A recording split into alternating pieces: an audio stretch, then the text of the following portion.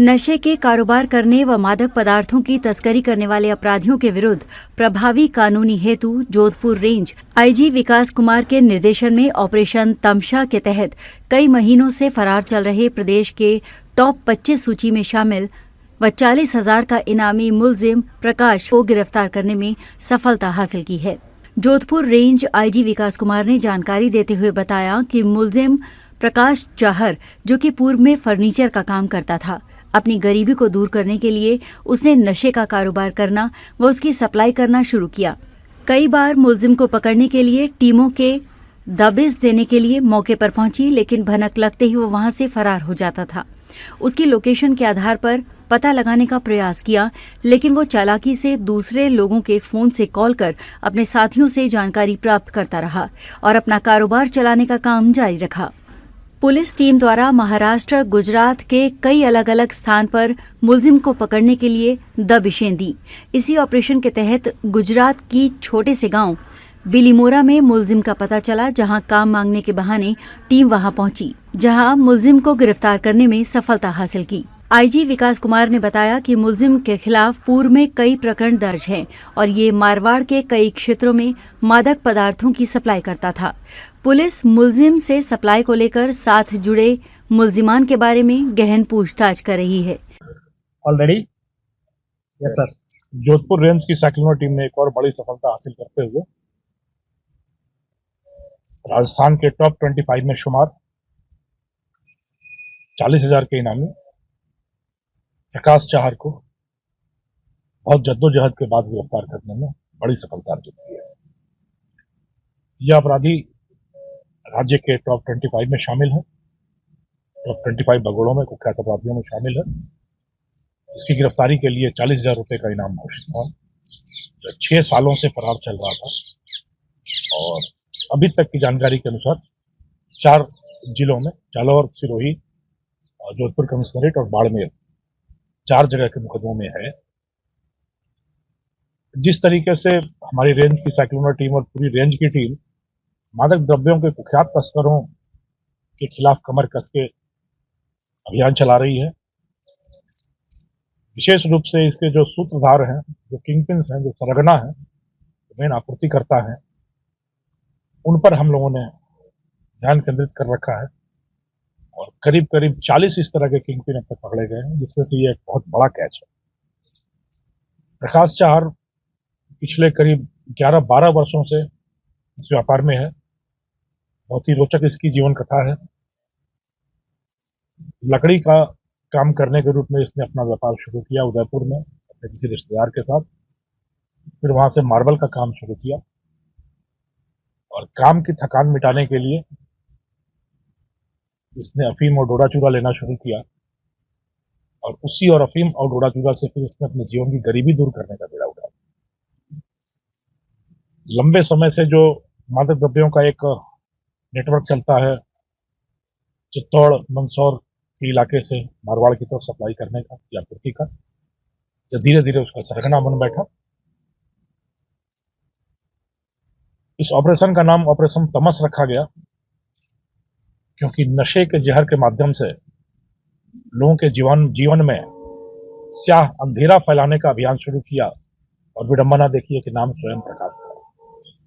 खुद का नाम प्रकाश और समाज के जीवन में अंधेरा फैलाने का काम, तो इसलिए इसका नाम ऑपरेशन तमस रखा गया था। इसके काम करने का जो तरीका था, इसने अपने आप को निम्बाहेड़ा के एक छोटे से कस्बे में स्थापित कर रखा था।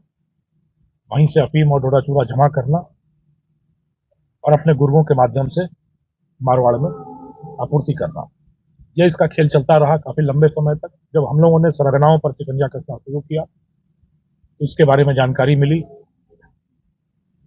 एक बार साइक्लोनर टीम निम्बाहेड़ा में इसके ठिकाने तक पहुंची और वहां पर यह डेयर डेविल एक्ट करते हुए छत से कूदकर मोटरसाइकिल पर निकल भागने में कामयाब हो गया। यह करीब 2 महीने पहले की बात है।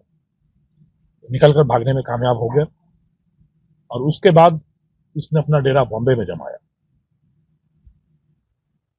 वैसे तो मुझे ज्यादा बताना नहीं चाहिए, बट मैं फिर भी बता रहा हूं। इसका जो साला है उसको हमने अपने कब्जे में लिया। साले के माध्यम से पता चला कि यह बॉम्बे में रह रहा है, मुंबई में, और मुंबई से ही ये बीच बीच में फोन करता रहता है।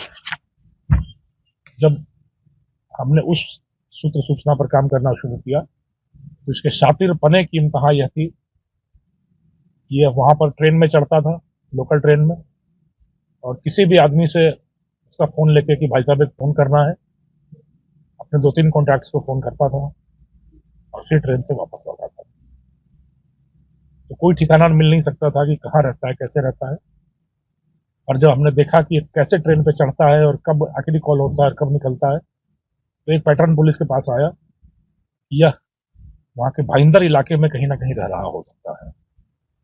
फिर हमारी टीम करीब 15 दिन तक मुंबई के भाईंदर इलाके में रही और इसका कोई ठिकाना नहीं था, क्योंकि जो हमने आपको बताया कॉल करने का तरीका वो बड़ा ही शातिर तरीका था। तो वहां लकड़ी का काम करने वालों से जब हम लोगों ने कॉन्टैक्ट किया, कई तरह के मजदूरों से, तो उन्होंने बताया एक है जो बड़ा रईस की तरह रहता है